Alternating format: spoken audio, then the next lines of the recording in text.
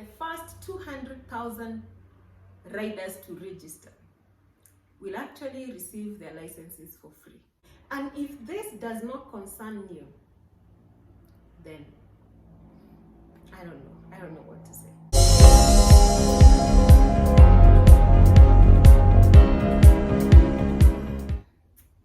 Hello, good people. I'm honestly very disappointed and saddened by the direction NTSA has taken on the matter of registering and issuing driving licenses to the commercial riders. It's hardly 2 weeks ago when that ugly incident happened on Wagari Madhai's Road. And sadly also we've seen it in the main media that those who were arrested as perpetrators, or those who are arrested as having committed the crime, have been set free. So that begs the question, how was the arresting done and how well was that investigation done? I leave it to you. The matter of the day today is the registration and issue of licenses that NTSA has said is going to do. The crackdown was not effective. In a week, we were back to the same old.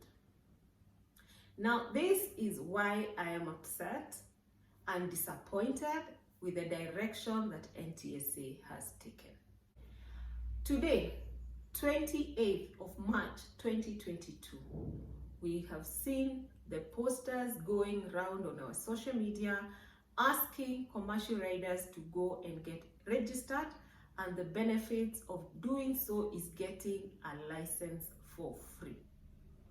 The law is very clear on the licensing procedure that you should be trained and then you should go for testing, and when you pass, you should be given a license.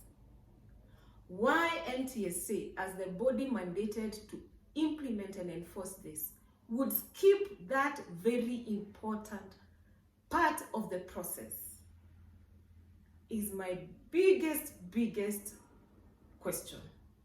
One, the authority, the body mandated with implementation and enforcement of the Traffic Act when it comes to licensing of drivers and riders is sending a message out there that training is not important. If you have an ID, national ID, you have a KRA PIN, and you have a phone number that is registered, we will give you a license. We don't care whether you're trained or not, we will give you a license. That is the message that has been sent to the Mwananchi. Secondly, there is no verification process to know that the people who will be registered are actual riders. And by riders, I mean, since they're not trained, they can at least move a motorcycle, because that's anybody who's not trained properly is a mover of a motorcycle or a mover of a car. There is no verification process to ascertain that the people who will register and get the driving licenses are actually riders. Therefore, we will have people with ID take a few minutes at a cyber cafe to register for your KRA PIN, and you have a phone, go to Huduma Center and be issued with a license regardless of whether they've ever touched a motorcycle, seen it, sat on it, know how to operate it. They will come out of there as licensed riders, legally licensed riders.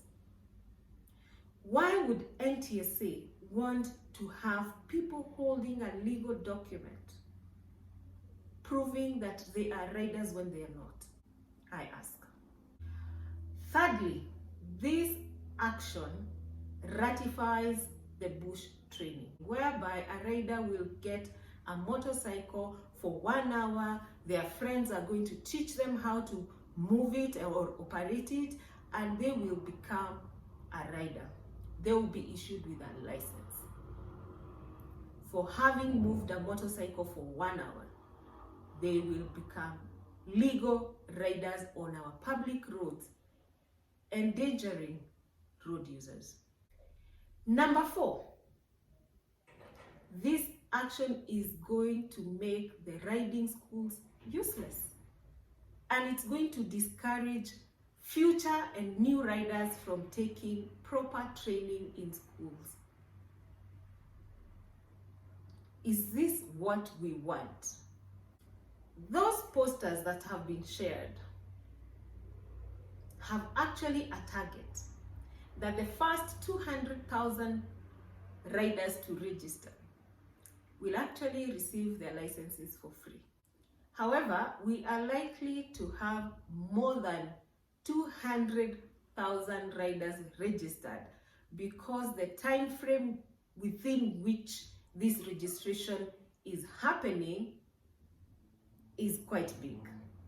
These are the people who have no proper training, who do not understand the traffic rules and laws, who do not know how to handle a motorcycle properly on the roads, who do not know that it is wrong to ride on the wrong side of the road.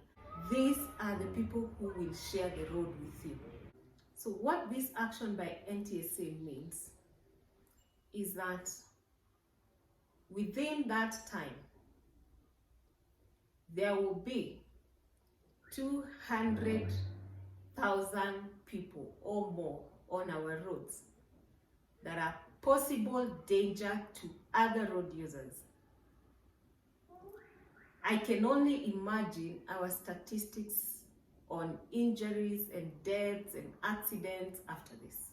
We are looking at people who will die on motorcycles being ridden by people who got a free license without any verification of their training. Why? Are we showing BBC the middle finger? So I end this video with a number of questions. The first one is, what is the agenda of this registration? Because we have also seen this tweet that says that registration is for all riders, whether you're private, whether you're commercial, whether you have a license, whether you don't have a license. So what is the agenda? Or should I say the hidden agenda? Why are we willing to make our roads more dangerous than they are today? You can share your input, you can share your thoughts, you can share your concerns, you can let me know and let others know what you think about this new direction that NTSA has taken. If you've never subscribed to my channel, please do so.